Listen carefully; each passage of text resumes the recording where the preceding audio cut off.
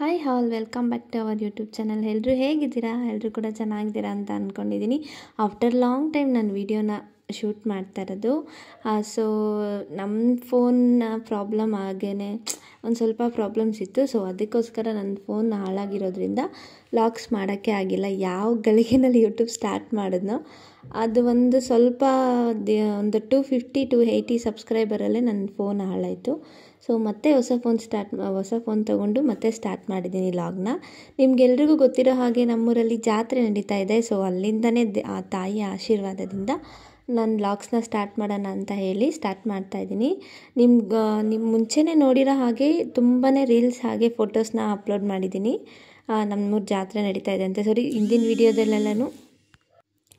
ವೀಡಿಯೋದಲ್ಲೆಲ್ಲನೂ ನಾನು voice over ಕೊಡೋಕ್ಕಾಗಲಿಲ್ಲ. So ಹಾಗೆಯೇ edit ಮಾಡಿ ಅಪ್ಲೋಡ್ ಮಾಡ್ತಾಯಿದ್ದೆ. ಸೊ ಪರವಾಗಿಲ್ಲ, ನೆಕ್ಸ್ಟ್ ವೀಡಿಯೋದಲ್ಲಿ ಮಾಡ್ಕೊಳ್ಳೋಣ ಅಂತ ಹೇಳಿ ಮಾಡ್ತಾಯಿದ್ದೀನಿ. ಹಾಗೆಯೇ ಎಲ್ಲರೂ ತೇರಿಗೆ ಹೋಗೋದಕ್ಕೆ ರೆಡಿ ಆಗ್ತಾಯಿದ್ದೀವಿ. ರೆಡಿ ಆಗಿದ್ದು ಆಯಿತು. ಅಡುಗೆ ಎಲ್ಲ ಮಾಡಿಟ್ಟು ಎಲ್ಲರಿಗೂ ಒಂದು ಸ್ವಲ್ಪ ನೆಂಟರು ಬಂದಿದ್ದರು, ಅವ್ರಿಗೆಲ್ಲ ಬಡಿಸಿ ಎಲ್ಲ ರೆಡಿ ಆದಮೇಲೆ ತೇರಿಗೆ ಹೋಗೋಣ ಅಂತ ಹೇಳಿ ಹೋಗ್ತಾಯಿದ್ದೀವಿ. ಸೊ ನೋಡಿ, ಇದೇ ನಮ್ಮೂರು ತೇರು. ಸಕ್ಕತ್ತಾಗಿ ಕಾಣಿಸ್ತಾ ಇದೆ ಅಲ್ವಾ? ನನಗಂತೂ ಯಾವ ಊರು ಜಾತ್ರೆಗೆ ಹೋದರೂ ನಮ್ಮೂರು ಜಾತ್ರೆ ನೋಡೋದು ಅಂತಂದರೆ ಏನೋ ಒಂಥರ ಖುಷಿ.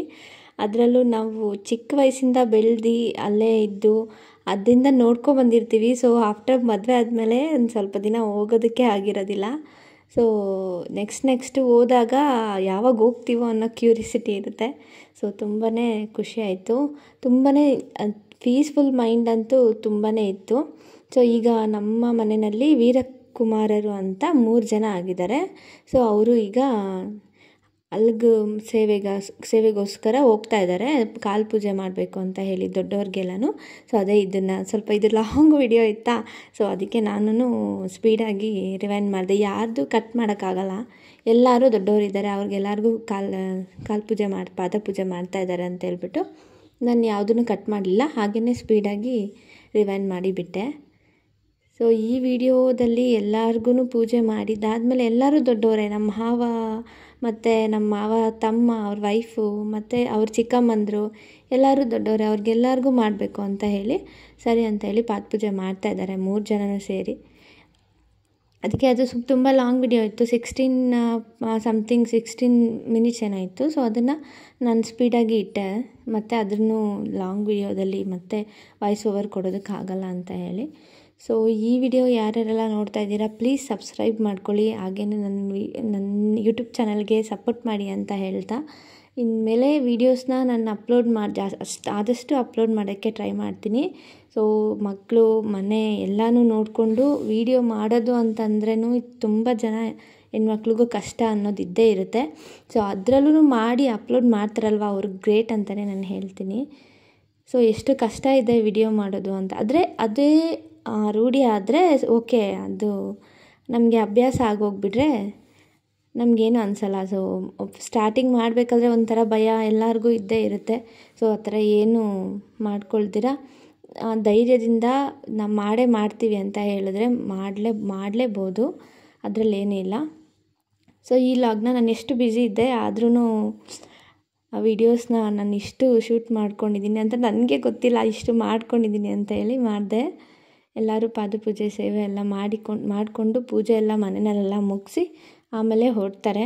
ಸರಿ ಅಂತ ಹೇಳಿ ಅವ್ರನ್ನ ಕಳಿಸ್ಕೊಟ್ಟು ಮತ್ತೆ ಕರ್ಗ ಬರುತ್ತಲ್ವ ಮನೆ ಹತ್ರ, ಅದಕ್ಕೆ ರಂಗೋಲಿಗೆ ಅಂತ ಹೂವು ತುಂಬಾ ತಂದಿದ್ವಿ. ಈ ಸತಿ ಗ್ರ್ಯಾಂಡಾಗಿ ಮಾಡ್ತಾಯಿದ್ದೀವಿ ಅಂತ ಹೇಳಿ ಮನೆಯಿಂದ ವೀರಕುಮಾರರು ಬೇರೆ ಹೋಗ್ತಾರಲ್ವ. ಸೊ ಅವ್ರಿಂದ ಮನೆ ಹತ್ರ ಚೆನ್ನಾಗಿ ರಂಗೋಲಿ ಹಾಕೋಣ ಅಂತ ಹೇಳಿ ಅವ್ರಿಗೆ ಬಿಡ್ಸೋಕ್ಕೊಟ್ಟು ನಾವು ದೇವಸ್ಥಾನ ಹತ್ರ ಬಂದ್ವಿ ಕರ್ಗ ನೋಡೋದಕ್ಕಂತ. ಆಚೆ ಬರೋದಕ್ಕಿಂತ ಮುಂಚೆ ಆಚೆ ಬರೋ ಟೈಮಲ್ಲಿ ನೋಡೋ ಕ್ಯೂರಿಯಾಸಿಟಿನೇ ಬೇರೆ. ಸೊ ಇದಕ್ಕೆ ನನ್ನ ವಾಯ್ಸ್ ಕೊಟ್ಟರೆ ಚೆನ್ನಾಗಿರಲ್ಲ. ಆ ಕರ್ಗ ಬರೋ ಟೈಮಲ್ಲಿ ಆ ವಾಯ್ಸ್ ಇರುತ್ತಲ್ವ, ಅದನ್ನೇ ಕೇಳಿಸ್ಕೊಂಡ್ರೆ ಚೆನ್ನಾಗಿರುತ್ತೆ. ನೋಡ್ಕೊಂಡು ಬನ್ನಿ.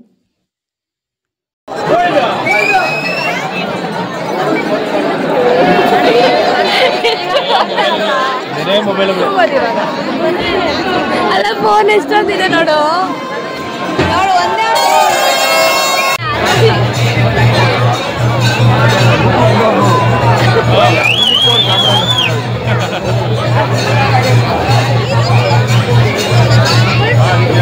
ಅಪ್ಪ ಕೈ ಬೆಳಗ್ಗೆ ಅಲ್ಲ ಈಗ ಸ್ವಲ್ಪ ತೋರ್ತಾರೆ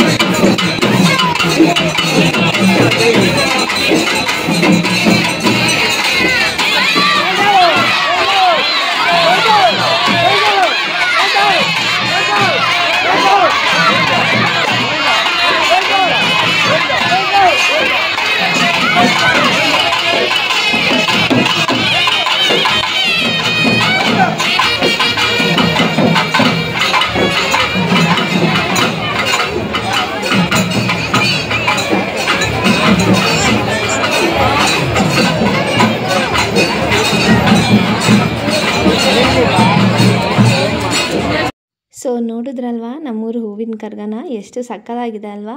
ಅದು ಹೊರಗಡೆ ಬರ್ತಾರಲ್ವ ಆಗ ನೋಡೋದೇ ಒಂಥರ ಮೈಯೆಲ್ಲ ಜುಮ್ ಅನ್ನುತ್ತೆ, ಅಷ್ಟು ಇಷ್ಟ ಆಗುತ್ತೆ ನೋಡೋದಕ್ಕೆ, ಅಷ್ಟು ಜನ ತುಂಬ್ಕೊಂಡಿದ್ದಾರೆ. ಸೊ ಅದೆಲ್ಲ ಮುಗಿಸ್ಕೊಂಡು ದೇವಸ್ಥಾನ ಹತ್ರ ಎಲ್ಲ ಆಯಿತು. ಮತ್ತೆ ಬಂದು ಅಲ್ಲಿಂದ ಬರೋಷ್ಟರಲ್ಲಿ 3 o'clock ಆಗೋಗಿತ್ತು. ಸೊ ಇನ್ನೇನಿದೆ, ಇನ್ನು ರಂಗೋಲಿ ಹಾಕೋ ಅಷ್ಟರಲ್ಲಿ 5-6 o'clock ಆಗೇ ಹೋಗುತ್ತೆ. ಸೊ ನಮ್ಮ ಮನೆ ಕಡೆ ಎಷ್ಟು ಗಂಟೆಗೆ ಬರುತ್ತೋ ಗೊತ್ತಿರಲಿಲ್ಲ. ಸೊ ಅದಕ್ಕೆ ನಾವು ಬೇಗನೆ ಪ್ರಿಪೇರ್ ಮಾಡಿಕೊಂಡು ಎಲ್ಲ ರೆಡಿ ಮಾಡ್ತಾಯಿದ್ದೀವಿ. ರಂಗೋಲಿ ಅಂತೂ ಸಕ್ಕತ್ತಾಗಿ ಬಂದಿತ್ತು. ಎಲ್ಲರೂ ಬಿಡಿಸಿ ಎಲ್ಲರೂ ಯಾರೂ ನಿದ್ದೆ ಮಾಡಲಿಲ್ಲ, ಒಬ್ರಿಗೊಬ್ಬರು ನಮಗೆ ಸಪೋರ್ಟ್ ಮಾಡಿಕೊಂಡೇ ಮಾಡಿದ್ರು. ಫ್ಯಾಮಿಲಿ ಅಂದ್ರೇ ಹಾಗೆ ಅಲ್ವಾ, ಎಲ್ಲರೂ ಇದ್ದರೆ ಚೆನ್ನಾಗಿರುತ್ತೆ, ಎಲ್ಲರೂ ಒಟ್ಟಿಗೆ ಮಾಡಿದ್ರೆ ಚೆನ್ನಾಗಿರುತ್ತೆ. ಒಬ್ಬೊಬ್ಬರೇ ಮಾಡಬೇಕು ಅಂದರೆ ಬೋರ್ ಆಗುತ್ತೆ. ಸೊ ಎಲ್ಲ ರಂಗೋಲಿ ಎಲ್ಲ ಹಾಕಿದ್ದಾಯಿತು.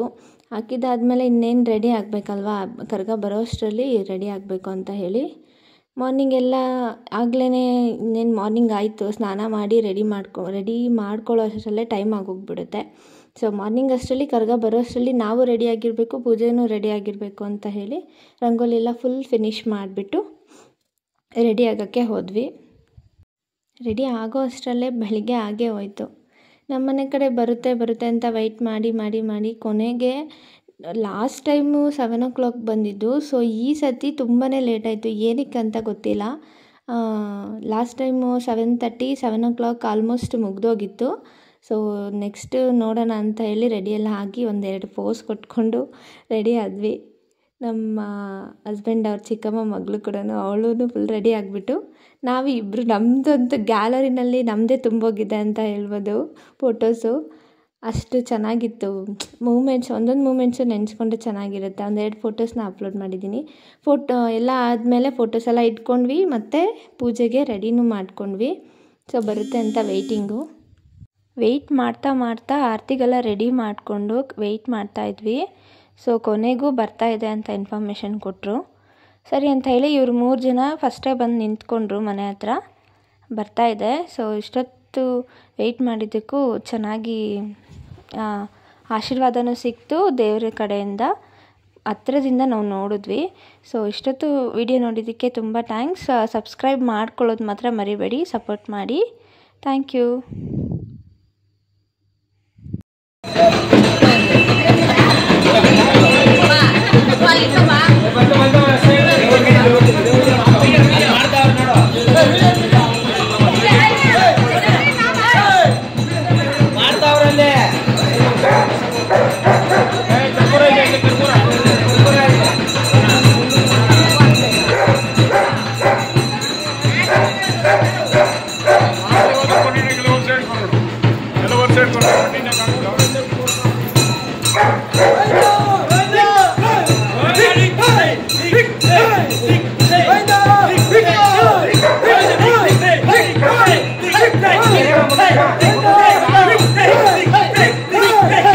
Hey!